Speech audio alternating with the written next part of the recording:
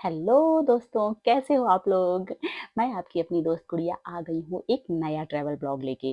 दोस्तों कैप्शन पढ़ के तो आपको समझ में ही आ गया होगा कि आज हम लोग कहाँ जा रहे हैं। जी हाँ, हम लोग जा रहे हैं Pachmarhi hill station with my family. दोस्तों इंदौर से पचमढ़ी का जो डिस्टेंस है वो करीब 395 किलोमीटर के आसपास है।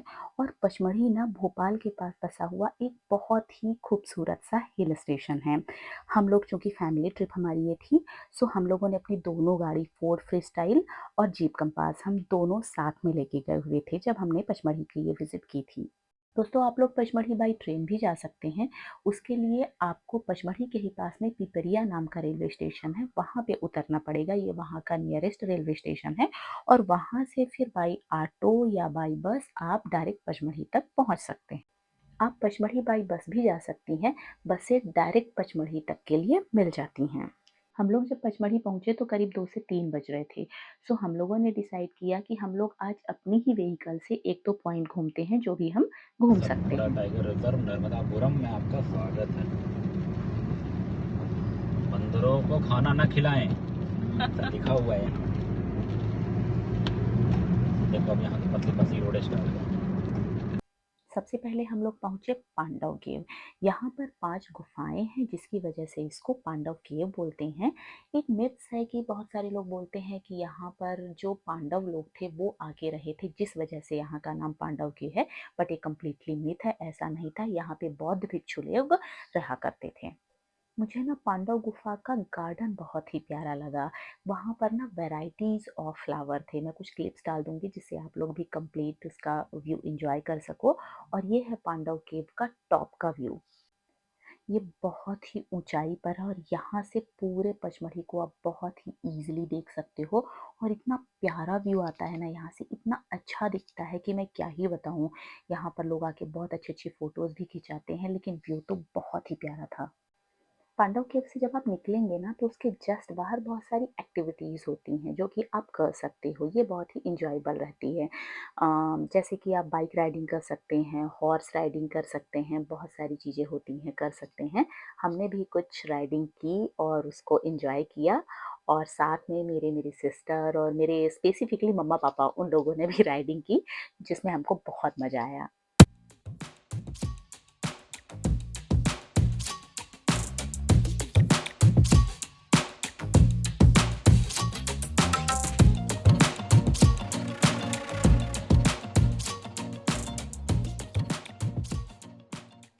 तो दोस्तों यहाँ से हमारा जो डे 1 था ना वो ख़त्म होता है। क्योंकि हम लोग सफ़र की वजह से बहुत थके हुए थे, तो हम लोगों ने ये डिसाइड किया कि अभी हम बस आज के लिए इतना ही। हम लोग होटल चलते हैं और वहाँ पे चल के रेस्ट करते हैं। और बस शाम का खाना हम लोगों ने बेटा बावर्ची में खाया और होटल निकल गए।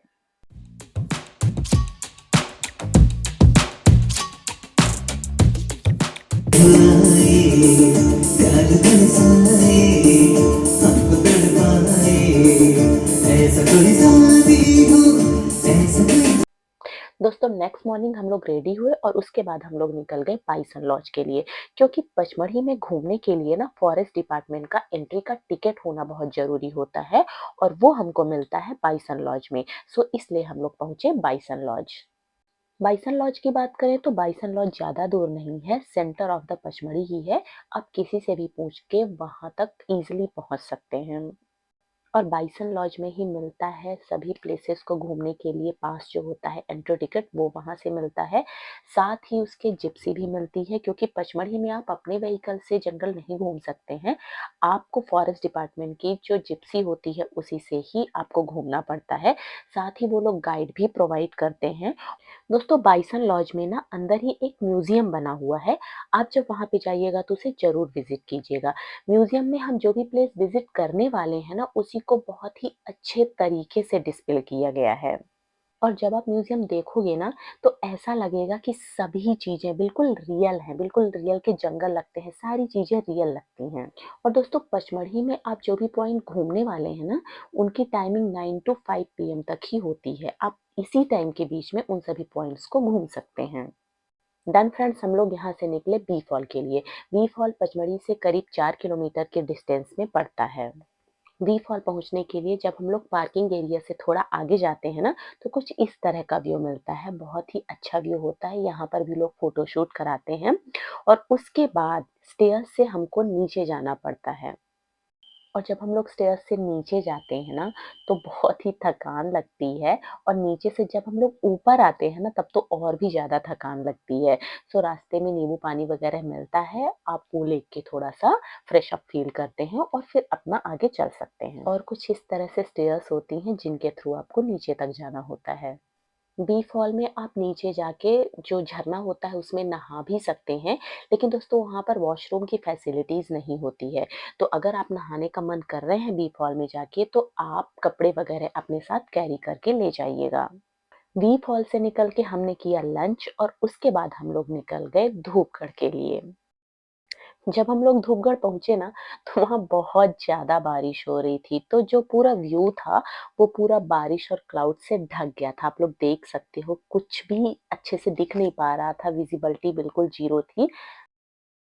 सनसेट का जो भी व्यू था ना, वो भी क्लाउड से पूरा ढक गया था। अगर बारिश नहीं होती ना, तो हम उस व्यू को बहुत अच्छे से एन्जॉय कर सकते थे। बट चूँकि बारिश थी, सो हम लोग उसको अच्छे से एन्जॉय नहीं कर पाए, देख नहीं पाए, विज़िबिलिटी नहीं थी, तो हमने तो मिस कर दिया। लेकिन अगर आप जाइएगा, तो आप उसको ज़रूर देखिएगा, बहुत ही अच्छा व्यू दिखता है। दोस्तों धूपगढ़ का नाम धूपगढ़ इसलिए पड़ा क्योंकि जब मॉर्निंग में सनराइज होता है तो सूरज की जो पहली किरण होती है वो इसी पॉइंट पे पड़ती है और जब शाम को सनसेट होता है तो सूरज की जो लास्ट किरण होती है वो भी इसी पॉइंट पे पड़ती है। सो इस वजह से इस प्लेस का नाम धूपगढ़ पड़ा। दोस्तों उसके बाद हम लोगों ने थोड़ी देर वहाँ पे बारिश में एंजॉय किया। देन उसके बाद बारिश ज़्यादा थी सो हम लोग वापस होटल आ गए पचमढ़ी में। एंड शाम के डिनर के लिए हम लोग रेडी होके पहुँचे नंदन रिसॉर्ट। ये भी पचमढ़ी का एक बहुत अच्छा सा होटल है, आप वहाँ पे जाके अपना फूड एन्जॉय कर सकते हो। फ्रेंड्स होटल्स के नाम मैं इसलिए मेंशन कर रही हूँ क्योंकि पचमढ़ी में उतने अच्छे होटल्स नहीं हैं। सो इन होटल्स पे जाके आप लोग अपना फूड एन्जॉय कर सकते हैं, इसीलिए मैं सारे होटल्स का नाम मेंशन कर रही हूँ, जहाँ पर भी हम लोगों ने खाना खाया था। एंड अगर आपके पास इन सारी एक्टिविटीज़ करने के बाद शाम को टाइम बचता है, तो आप लोग पचमढ़ी की स्ट्रीट शॉप भी विज़िट कर सकते हो। ये भी एक अच्छा एक्सपीरियंस होता है, एक नई जगह को एक्सप्लोर करने का। हम लोग तो थक गए थे, सो हम लोग ये नहीं कर पाए। और यहाँ से खत्म होता है हमारा डे 2। देन नेक्स्ट हम होटल चले गए। देन थर्ड डे के लिए हम लोग रेडी होके निकले जटाशंकर महादेव के लिए।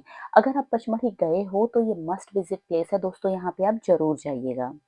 यहाँ पर शिव जी का जो शिवलिंग है ना, वो गुफाओं के बीच में स्थापित है। जब आप यहाँ पे जाएँगे ना, तो यहाँ पे आपको बहुत अच्छा लगेगा। यहाँ पर जाने के लिए पार्किंग एरिया से आपको थोड़ा-सा चलना पड़ेगा, स्टेयर्स हैं और थोड़ा-सा बाय वॉक का रास्ता बना हुआ है, तो वहाँ से आपको जाना पड़ेगा। बट इसका भी एक अलग ही फन है, अलग ही मज़ा है। और अगर स्पेसिफिकली आप ग्रुप में गए हैं ना, तो आपको बहुत मज़ा आने वाला है पूरे रास्ते में। जटाशंकर जो नाम है ना भगवान का, वो 2 शब्दों से मिलके बना हुआ है, जटा और शंकर। यहाँ की जो संरचना है भगवान शिव की जटाओं के समान दिखती है, इसीलिए यहाँ का नाम जटाशंकर पड़ा था।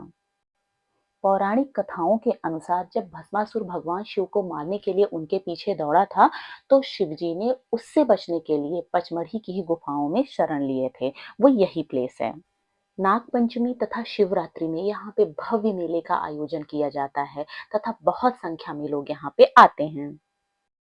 और यहाँ पर कोई भी मंदिर ना आपको मैन मेड नहीं मिलेगा, सारे मंदिर आपको नेचर मेड ही मिलेंगे।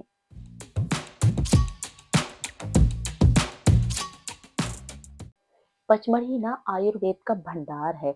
यहाँ पे आपको बहुत सारी प्रॉब्लम्स को ट्रीट करने के लिए ऑयल एक्सेट्रा मिलेंगी, मेडिसिन मिलेंगी, जिनको आप यूज़ कर सकते हैं। अगर आप आयुर्वेद में बिलीव करते हैं ना, तो आपको जो भी प्रॉब्लम हो या फिर आपके फैमिली मेंबर में अगर किसी को कोई प्रॉब्लम हो, तो उसके लिए मेडिसिन यहाँ से ज़रूर लीजिएगा। जटाशंकर विज़िट करने के बाद हम लोग पचमढ़ी से निकल आए इंदौर के लिए क्योंकि हम लोगों के पास ज़्यादा लीव नहीं थी, सो बहुत सारी ऐसी प्लेस थी, जहाँ पे हमको जाना था बट वहाँ पे हम लोग जा नहीं पाए। मैं उनका नाम दे देती हूँ, अगर आपको मौका मिले तो आप वहाँ पे ज़रूर जाइएगा। रीछ गुफ़ा, बड़ा महादेव मंदिर, और चौरागढ़ मंदिर। ये कुछ जगहें हैं जिन्हें कि आप अपने पचमढ़ी दर्शन में ऐड कर सकते हैं। तो दोस्तों ये तो था पचमढ़ी मेरी नज़र से। आपको मेरा पचमढ़ी ब्लॉग कैसा लगा कमेंट सेक्शन में ज़रूर बताना। साथ ही मेरे वीडियो को like, share and most important subscribe ज़रूर कीजिएगा। मिलते हैं किसी नेक्स्ट ब्लॉग में, तब तक के लिए बाय बाय।